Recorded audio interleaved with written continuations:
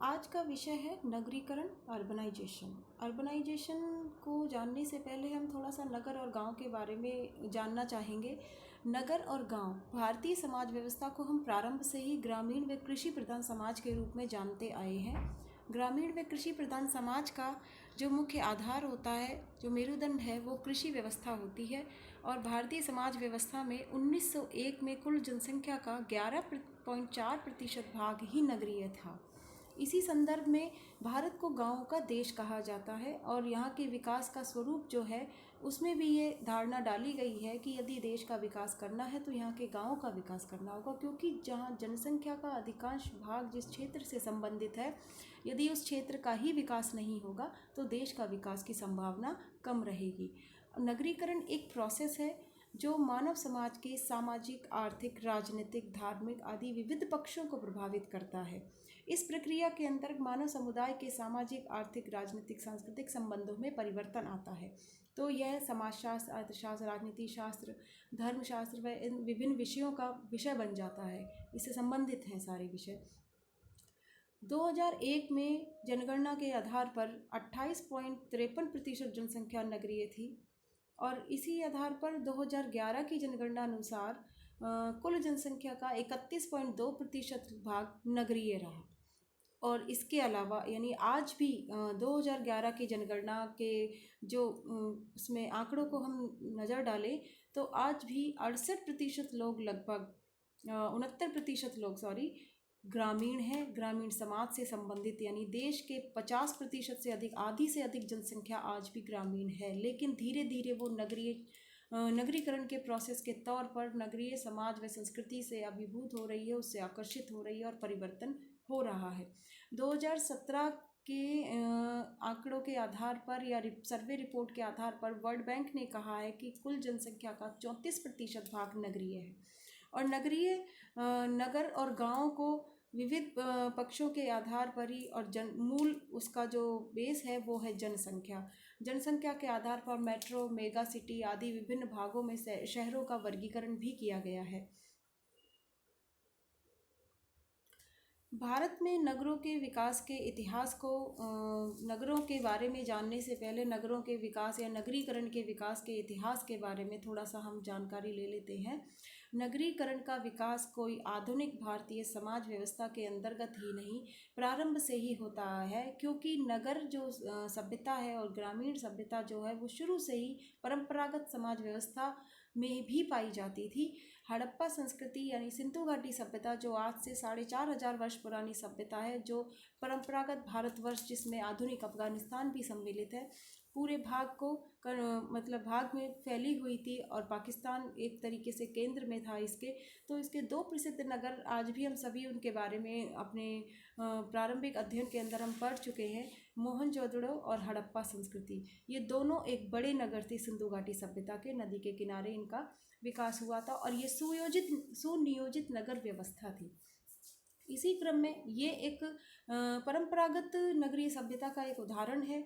और नगरीय सभ्यता, इसको बारे में जब हम पढ़ते हैं तो उचित नालियों का उचित निकास, रहने का, खाने का, लोगों के घर और मकान का स्वरूप और उनका मकान का कल्चर कैसा था, उन हर चीज़ के और पहलू के बारे में इसमें विस्तार से बताया गया है। तो यही है नगरीकरण, जो गाँव को नगरों से अलग करता है यह। और इसी क्रम में आर्यकाल आया, फिर मौर्य काल आया, गुप्त काल आया। इनके दौरान नगरों का विकास होता चला गया और अपने अपने स्वरूप में नगर सामने आए, क्योंकि प्रत्येक क्षेत्र की राज व्यवस्था, समाज व्यवस्था अलग अलग थी। आर्यकाल में भी नगर थे। मौर्य काल में महाजनपद के आधार पर विभाजित किया था भारतवर्ष को, तो वो महाजनपद एक तरीके से नगर ही थे। गुप्त काल के दौरान सामंतवाद का ह्रास होने लगा था। सामंतवाद एक तरीके से कृषि व्यवस्था का, फेडरलिज्म जिसे कहते हैं, कृषि व्यवस्था का परिचायक है। सामंतवाद का ह्रास मतलब ग्रामीण संस्कृति का ह्रास, तो ग्रामीण संस्कृति का ह्रास मतलब नगरों का विकास। तो गुप्त काल के अंदर भी धर्म, कला, संस्कृति आदि के आधार पर विभिन्न नगरों का, धार्मिक और व्यापारिक नगरों का भी विकास किया गया था। और इसी क्रम में आगे जो द्वितीय स्तर आया था, जिसमें सल्तनत काल, मुगल काल आदि और ब्रिटिश काल की चर्चा हम कर सकते हैं। तो उस काल के अंतर्गत भी नगरीय समाज का क्रमिक विकास होता रहा है। इनके स्वरूप अलग अलग थे, जैसे धार्मिक नगर, सांस्कृतिक नगर, आर्थिक नगर, व्यापारिक नगर और शैक्षणिक नगर, यानी शिक्षा व्यवस्था के उद्देश्य को लेकर नगरों का विकास हुआ था। धार्मिक नगरी के रूप में नगरों का विकास आज भी हम देखते हैं, जैसे बनारस है, उज्जैन व्यापारिक नगर था और धार्मिक नगर भी था। और जो पुराने पुराने नगरीय समाज हैं हमारे देश के अंदर, वो प्रारंभिक राजाओं द्वारा स्थापित किए गए थे, और जिसका उदाहरण काशी या बनारस को माना जा सकता है। तो वो एक नगर के रूप में ही प्रसिद्ध थे, और जिनको आज भी हम जान सकते हैं और देख सकते हैं, समझ सकते हैं वहाँ की परंपरागत संस्कृति को। जैसे आधुनिक नगरों के विकास में जयपुर का नाम लिया जाता है, राजस्थान के, जिसका निर्माण जयसिंह द्वारा 1727 में किया गया था। वो सुनियोजित नगर व्यवस्था है। उसी प्रकार देश के अंदर चंडीगढ़ सुनियोजित नगर व्यवस्था है, आधुनिक नगर का परिचायक है। तो इसी क्रम में थोड़ा सा ये आधुनिक नगर व्यवस्था से संबंधित है। तो मुगल काल और सल्तनत काल के अंदर विभिन्न राजाओं द्वारा अपने अपने क्षेत्र व परिस्थितियों का ध्यान में रखते हुए नगरों का विकास किया गया था, क्योंकि इनके काल में धर्म, कला, संस्कृति और बाजार व्यवस्था आई थी, नई बाजार प्रणाली आई थी, विभिन्न प्रकार के इन्होंने नवीन प्रयोग किए थे। सामाजिक, आर्थिक, राजनीतिक क्षेत्र में मुद्रा व्यवस्था का प्रचलन हुआ था और बाजार प्रणाली आई थी तुगलक के काल के दौरान, और विभिन्न प्रकार की कला और संस्कृति का आविष्कार हुआ था। और चूँकि हम सभी देख रहे हैं कि ये जितने भी समय आए थे, राजा हुए हैं हमारे देश पर, जितने भी आक्रमण हुए हैं, ये सब बाहर से हुए थे, बाहर से लोग आए और लोगों का माइग्रेशन हुआ। यानी जो जिस क्षेत्र का था वह उस क्षेत्र को छोड़कर दूसरे क्षेत्र पर गया, और उस क्षेत्र के साथ में केवल लोगों का माइग्रेशन नहीं होता है। जब भी माइग्रेशन होता है या विस्थापन होता है, तो उस विस्थापन के साथ वहाँ के लोगों के साथ साथ वहाँ की कला, संस्कृति, धर्म और उनके ज्ञान का भी विस्थापन होता है, और इसी ज्ञान के विस्थापन के आधार पर समाज में परिवर्तन आता है। ये ज्ञान के साथ लोग जो दूसरे क्षेत्र में निवास करते हैं, उस निवास के साथ अपनी ज़रूरतों में, आवश्यकताओं के आधार पर फिर ये उत्पादन कार्य व अपने ज्ञान का प्रयोग करने लगते हैं, और उसी के आधार पर उस वहाँ परिवर्तन आने लगता है। इसी प्रकार से परंपरागत नगरीयकरण या नगरों के विकास के इतिहास को हम समझ सकते हैं, और हम ये मानना चाहिए हमें कि ब्रिटिश काल के दौरान भी जब आधुनिक नगर व्यवस्था का जो निर्माण हुआ था वो ब्रिटिश काल के दौरान हुआ था। चूँकि हम अब तक यही समझते आए हैं कि औद्योगिकीकरण के साथ नगरों का विकास हुआ है। जैसे जैसे उद्योग बढ़ते चले गए, नगर बनते चले गए। तो ये आधुनिक नगरीय व्यवस्था का परिचय, क्योंकि आधुनिक समाज व्यवस्था के अंदर अर्थशास्त्र एक मुख्य विषय के रूप में सामने आता है। वो ऐसा नहीं है, लेकिन ये प्रारंभिक काल से ही अर्थव्यवस्था जो थी वो मुख्य विषय के रूप में सम्मिलित थी। ब्रिटिश काल के दौरान अंग्रेजों ने अपनी आवश्यकताओं को पूरा करने के लिए विभिन्न प्रकार के नगरों का निर्माण किया था, जिसे हम कह सकते हैं जैसे टेम्पल टाउन है, कोस्टल टाउन है, मिलिट्री व राजनीतिक उद्देश्य से परिपूर्ण नगरों का निर्माण किया था इन्होंने। छावनियाँ बनाई थी बहुत सारी, राजनीतिक राजधानी नगरों का निर्माण किया था, राजधानियों का, और ग्रीष्मकालीन राजधानी, शीतकालीन राजधानी। तो ये जो डिवाइडेशन किए थे, राजधानी अपने आप में एक नगर व्यवस्था के रूप में जानी जाती है प्रारंभिक काल से ही। और इसके साथ साथ इन्होंने कलकत्ता, मुंबई और मद्रास जैसे बड़े नगरों का भी निर्माण किया था ब्रिटिश काल में। और मुंबई, इसके साथ ही इन्होंने, मतलब ये आधुनिक नगर व्यवस्था थी ब्रिटिश शासनकाल की, जिसको हम आज भी जान सकते हैं। तो नगरों का निर्माण आज का नहीं है, परंपरागत काल से होता चला आ रहा है। ये जो कुछ चित्र हैं, यहाँ पर हम ये जान सकते हैं कि नगरों के निर्माण और नगरीकरण की प्रक्रिया के फलस्वरूप समाज के कुछ सकारात्मक और नकारात्मक पहलुओं को इन चित्रों के माध्यम से समझाया गया है कि नगरीकरण का जो मूल आधार है वो है माइग्रेशन, जो बेस है। माइग्रेशन या विस्थापन के आधार पर एक क्षेत्र की जनसंख्या एक दूसरे क्षेत्र में जाती है, वहाँ रहने लगती है, वहाँ उसका जनाधिक्य बढ़ता है, और जनाधिक्य के आधार पर वहाँ की जो आधारभूत सुविधाएं हैं उस क्षेत्र में वो विकसित की जाती है।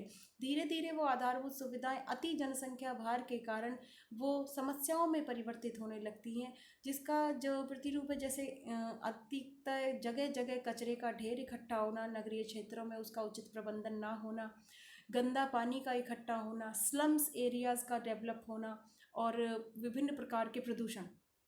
जितने भी नगर हैं विभिन्न प्रकार के प्रदूषणों का दंश झेल रहे हैं। एक तरफ एक चित्र में बड़ी बड़ी बिल्डिंग्स हैं, मल्टीनेशनल्स कंपनी है और लाइटिंग, उचित बिजली व्यवस्था है, पेयजल व्यवस्था है। जितने भी पॉश इलाके होते हैं नगरों के, वहाँ पर आधुनिक सुख सुविधाओं से युक्त क्षेत्र होते हैं, वो सुनियोजित होते हैं, हर तरीके से वहाँ सुविधाएं होती हैं। लेकिन वही नगर का दूसरा भाग एक ऐसा भाग है जहाँ पर झुग्गी झोपड़ियों में रहने वाले लोग हैं, जिनको सही हवा, स्वास्थ्य और सही पानी या पेयजल की भी आपूर्ति सुनिश्चित नहीं हो पाती है। 2011 की जनगणना अनुसार जो 31% नगर हैं, उसमें नगरीय क्षेत्रों की जनसंख्या का, यानी 31% नगरों की जनसंख्या का 25% नगर जनसंख्या स्लम्स में रह रही है। ये 2011 के आंकड़े हैं, जो कम या ज़्यादा भी हो सकते हैं। और उसी 25% स्लम्स में रहने वाले लोग जो हैं, उसका 50% अकेले महाराष्ट्र में रहते हैं। तो ये एक बहुत बड़ी जनसंख्या है जो गंदी बस्तियों में रहने के लिए मजबूर है। सरकार द्वारा इनके ध्यान में रखते हुए विभिन्न प्रकार की योजनाएं भी बनाई गई हैं, जिसका आगे वर्णन करेंगे। समाजशास्त्र में नगर से संबंधित 3 अवधारणाएं हैं, जैसे नगर, नगरवाद और नगरीकरण। नगर को समाजशास्त्र में या विभिन्न विषयों में 2 आधार पर समझा जा सकता है, एक डेमोग्राफिक है और एक सोशियोलॉजिकल है। डेमोग्राफिक आधार के अंदर हम जनसंख्या के आकार, कार्य की प्रकृति और गैर कृषि कार्यों के आधार पर हम नगर को समझ सकते हैं। और सोशियोलॉजिकल बेस में हम देखेंगे कि वहाँ की जनसंख्या की विविधता, विजातीयता और लाइफ जो जीवन गुणवत्ता है वहाँ के लोगों की जीवन शैली है वो कैसे है, पारस्परिक अंतर निर्भरता का स्वरूप क्या है, उनके सामाजिक आर्थिक संबंध किस प्रकार के हैं। तो ये नगर को समझने का एक तरीका है। अर्बनिज्म या नगरवाद जिसे हम कहते हैं, वहाँ वे ऑफ लाइफ, यानी लोगों की सामाजिक सांस्कृतिक अंतःक्रिया के प्रतिमान क्या है, वो उसका अध्ययन नगरवाद के अंदर करेंगे। नगरीकरण एक ग्रामीण से नगरीय समाज व्यवस्था में परिवर्तन के संरचनात्मक प्रतिमान है। विभिन्न समाजशास्त्रियों द्वारा परिभाषाओं के आधार पर भी नगरीकरण को समझाने का प्रयास किया गया है, जिसमें श्रीनिवास कहते हैं, नगरीकरण का तात्पर्य केवल सीमित क्षेत्र में जनसंख्या वृद्धि से नहीं है, वरन सामाजिक आर्थिक संबंधों में परिवर्तन से है। इन्होंने सामाजिक आर्थिक संबंधों में परिवर्तन पर जोर दिया कि किस तरीके से, क्योंकि नगर में वर्ग व्यवस्था पाई जाती है, जातिगत संबंध या जाति व्यवस्था का कोई स्वरूप नहीं देखा जा सकता है, क्योंकि वहाँ पर विभिन्न जाति के लोग पारस्परिक अंतर निर्भरता के आधार पर कार्य करते हैं। वहाँ ऊंच नीच का कोई भेद नहीं होता है। ऊंच नीच का भेद अगर होता भी है तो वो वर्गीय आधार पर होता है, ना कि जाति के आधार पर। ओल्सन का कहना है कि नगरीकरण एक ऐसी प्रक्रिया है जिसके अंतर्गत समाज के, समुदाय के आकार और शक्ति में वृद्धि होती है। तो ये ओल्सन ने कहा है कि एक समुदाय विशेष के आकार व शक्ति में वृद्धि होना नगरीकरण का परिचायक है। किंग्सले डेविस कहते हैं, नगरीकरण एक निश्चित प्रक्रिया है, एक परिवेश का वह चक्र है जिससे कोई समाज खेतीहर से औद्योगिक समाज में परिवर्तित हो जाता है। तो नगरीकरण की इस परिभाषा के अंदर किंग्सले डेविस ने कहा है कि कृषि से उद्योगों में कन्वर्ट होने पर औद्योगिक क्षेत्र के केंद्र के आसपास जो नवीन नगरों का विकास होता है, एक तरीके से वह औद्योगिक समाज या नए औद्योगिक समाज का निर्माण होता है। और उस औद्योगिक समाज का निर्माण ग्रामीण क्षेत्र या आसपास के लोगों के लोगों का इकट्ठा होने से ही वह नगर विकसित होता है और नए समाज का निर्माण होता है। तो ये एक अपने आप में नगरीकरण है। अतः कुल मिलाकर अगर कहा जाए तो ग्रामीण क्षेत्र से शहरी क्षेत्रों की ओर जनसंख्या की संरचनात्मक गतिशीलता और इस ग्रामीण क्षेत्र में रहने वाले अन्य लोगों पर इसका प्रभाव ही नगरीकरण की प्रक्रिया है। नगरीकरण के कारण क्या है? नगरीकरण के कारण है, सबसे बड़ी पहला कारण इसमें यह आता है आर्थिक अवसर की उपलब्धता। क्योंकि हम सभी जानते हैं नगरीय क्षेत्रों के अंदर आर्थिक अवसर अपेक्षाकृत ग्रामीण क्षेत्रों के, यानी रोजगार, आय के साधन और अन्य सुविधाएं अधिक पाए जाते हैं। तो लोगों का आकर्षण नगरीय क्षेत्रों की ओर होता है, खासतौर पर युवा वर्ग का। उच्च स्तरीय आधारभूत सुविधा, सड़क, बिजली, पानी, यातायात, इन सब की सुविधाएं ग्रामीण क्षेत्रों की अपेक्षा नगरीय क्षेत्रों में अधिक होती हैं। जैसे चिकित्सा, शिक्षा, ये सब आज आधारभूत बेसिक नीड्स बनते जा रहे हैं। रोटी, कपड़ा और मकान से संबंधित सुविधाओं के साथ साथ स्वास्थ्य अच्छा और पेयजल, विद्युत आपूर्ति, ये सब भी एक ज़रूरतें लोगों की हैं, जिनका सुनियोजित तरीके से वितरण नगरीय क्षेत्रों में अधिक तरीके से पाया जाता है बजाय ग्रामीण क्षेत्रों के, तो लोगों के आकर्षण का मूल कारण ये भी हो सकता है। और नगरीय जीवन शैली आज के युवा वर्ग को आकर्षित करती है, जिससे कि ग्रामीण क्षेत्र गांव आज खाली होते जा रहे हैं और लोगों का जो भीड़ है वो शहरों की ओर इकट्ठी होती जा रही है। वैश्वीकरण के आधार पर ही कि संपूर्ण विश्व एक गांव के समान इकट्ठा हो गया है, एक गांव के समान प्रतिबिंबित हो रहा है, जहां पर लोग किसी भी समय कभी भी कहीं भी किसी से भी आपसी संपर्क स्थापित कर सकते हैं विभिन्न तरीकों के माध्यमों से, विभिन्न संसाधनों के माध्यम से। तो उसने अपने आप में गांव और शहर की जो दूरी है वो ख़त्म कर दी है। तो इस वैश्वीकरण ने भी नगरीकरण को बढ़ावा दिया है। अब इन सभी सुविधाओं के साथ साथ यहाँ पर लोगों की भीड़ इकट्ठी होने के कारण, यानी जब किसी भी क्षेत्र में किसी एक फैक्टर की बढ़ोतरी या वृद्धि अपेक्षा से अधिक हो जाए तो उसका अन्य फैक्टर्स पर नेगेटिव प्रभाव पड़ने लगता है, इम्पैक्ट पड़ता है। तो यही कारण हुआ है कि जनसंख्या अतिभार होने के कारण, जनाधिक्य व जनसंख्या घनत्व अधिक होने के कारण नगरीय क्षेत्रों में सकारात्मक परिवर्तन के साथ साथ नकारात्मक दुष्प्रभाव भी सामने आए हैं, जिनमें है आधारभूत सुविधाओं पर जन अधिभार, यानी बिजली, पानी, सड़क, यातायात संसाधनों से संबंधित जब जन अधिभार इन पर अधिक बढ़ता है तो इनके वितरण की सुनिश्चितता नहीं हो पाती है। इस कारण इसमें इनसे संबंधित समस्याएं भी अब उत्पन्न होने लगी है। पेयजल की समस्या एक महत्वपूर्ण समस्या है। पूरे राजस्थान व अन्य भारत के विभिन्न क्षेत्रों के अंतर्गत प्रत्येक व्यक्ति को पेयजल की उपलब्धता और अच्छा स्वास्थ्य, उत्तम जलवायु, ये सब एक अधिकार के रूप में मिलने चाहिए, लेकिन वो ग्रामीण नगरीय क्षेत्रों में आज इसकी प्रॉब्लम हो रही है और ये महत्वपूर्ण समस्या एक तरीके से पर्यावरण ह्रास हो रहा है। जो दूसरा, गंदी बस्तियों का उदय। इसके बारे में मैं आपको पहले ही बता चुकी हूँ कि नगरीय क्षेत्रों में जब लोग वहाँ जाकर बसते हैं, जो लेबर क्लास उद्योगों के आसपास बसती है, तो उनके पास इतना बैलेंस नहीं होता है या उन्हें इतना नहीं मिल पाता कि सभी अपने अपने लिए घर खरीद लें। तो वो एक छोटे छोटे क्षेत्र में जाकर कंजेस्टेड इलाकों में गंदी बस्तियों के रूप में डेवलपमेंट हो जाता है।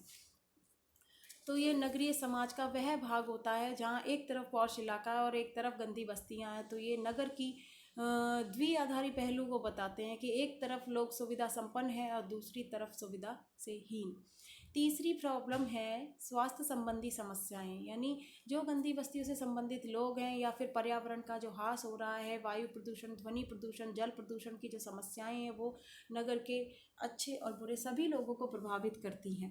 तो स्वास्थ्य की समस्याएं लोगों, नगरीय दिल्ली जैसे मुंबई जैसे शहरों में रहने वाले लोगों में विभिन्न प्रकार के कैंसर या फिर अस्थमा जैसी विभिन्न बीमारियां जनरेट हो रही हैं। पेयजल संबंधी समस्याएं उत्पन्न हो रही हैं। दोषपूर्ण पेयजल, गलत पेयजल या दूषित पेयजल के प्रयोग से, दूषित खाने के प्रयोग से लोगों में विभिन्न प्रकार की स्वास्थ्य संबंधी समस्याएं आए दिन होती रहती हैं। तो ये भी नगरीकरण का दुष्प्रभाव है। चौथा है सबसे बड़ा कारण और सबसे बड़ा जो इम्पैक्ट है, दुष्प्रभाव है कचरा प्रबंधन। चाहे व्यक्ति गरीब हो या अमीर हो, सभी को विभिन्न सुविधाएं और विभिन्न संसाधनों की आवश्यकता होती है और उसी संसाधन का प्रयोग करने के बाद में वो बाद में कचरा बन जाता है। और उस कचरे का उचित प्रबंधन, यानी जगह जगह बड़े बड़े क्षेत्रों में बड़े बड़े ढेर के रूप में कचरे को शहरों में देखा जा सकता है, तो उसका उचित प्रबंधन नहीं हो पाता, जिससे विभिन्न प्रकार की बीमारियां और कीड़े मकोड़ों का जन्म होता है और बैक्टीरियाज पनपते हैं, वायरस पनपते हैं और जो कि लोगों को प्रभावित करते हैं, उनके स्वास्थ्य को प्रभावित करते हैं, वातावरण को दूषित करते हैं, प्रदूषण का कारण भी बनते हैं। तो ये एक महत्वपूर्ण समस्या है। जितने भी बड़े नगर हैं सभी से संबंधित है ये। पर्यावरण का ह्रास, जितने भी नगरीय समाज हैं सुविधाओं के साथ साथ पर्यावरण को नुकसान पहुंचा रहे हैं, क्योंकि नगरीय क्षेत्रों में पेड़ पौधों का अभाव पाया जाता है, उनको काट दिया जाता है बिना आधुनिक सुख सुविधाओं के कारण। तो वहाँ पर पर्यावरण का जल प्रदूषण, वायु प्रदूषण, ध्वनि प्रदूषण जैसे ग्लोबल वार्मिंग है, हीट वेव है, ये सारी जो समस्याएं जनरेट हो रही हैं, जलवायु परिवर्तन जो हो रहा है, ये इसी कारण हो रहा है क्योंकि वहाँ पर्यावरण का ह्रास है, उचित पर्यावरण का प्रबंधन नहीं है। विभिन्न जीव जंतुओं का ह्रास हो रहा है। आए दिन जीव जंतुओं को, जो वन्य जीव जो हैं वो नगरीय क्षेत्रों में शिकार बन जाते हैं, उनकी मौत हो जाती है, यातायात परिवहन साधनों के साथ उनका एक्सीडेंट हो जाते हैं, एक्सीडेंट में मारे जाते हैं, जैसे बाघ, चीता, शेर आदि।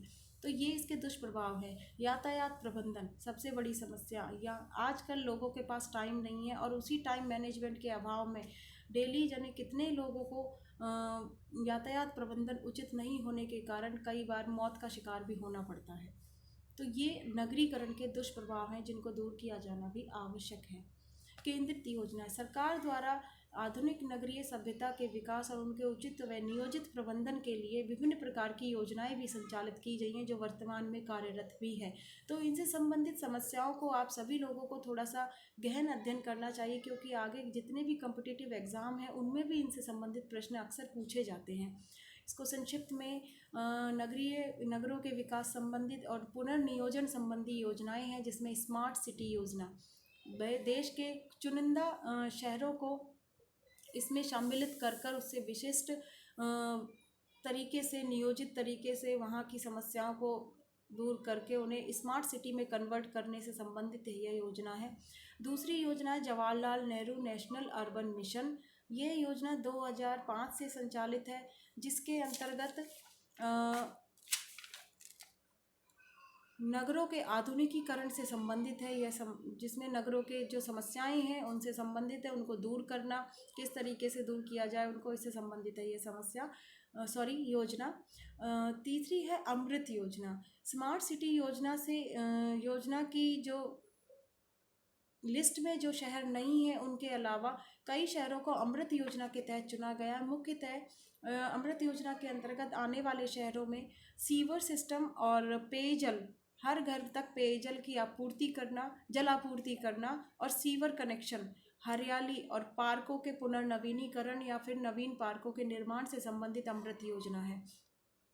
विभिन्न राज्यों के कई जिलों को इसमें सम्मिलित किया गया, उस पर कार्य भी चल रहा है। स्वच्छ भारत मिशन, जिसके बारे में हम सभी जानते हैं, नगर पालिका वाली एक गाड़ी आती है कचरे वाली, जो हर गली मोहल्ले में गाना गाती हुई आती है।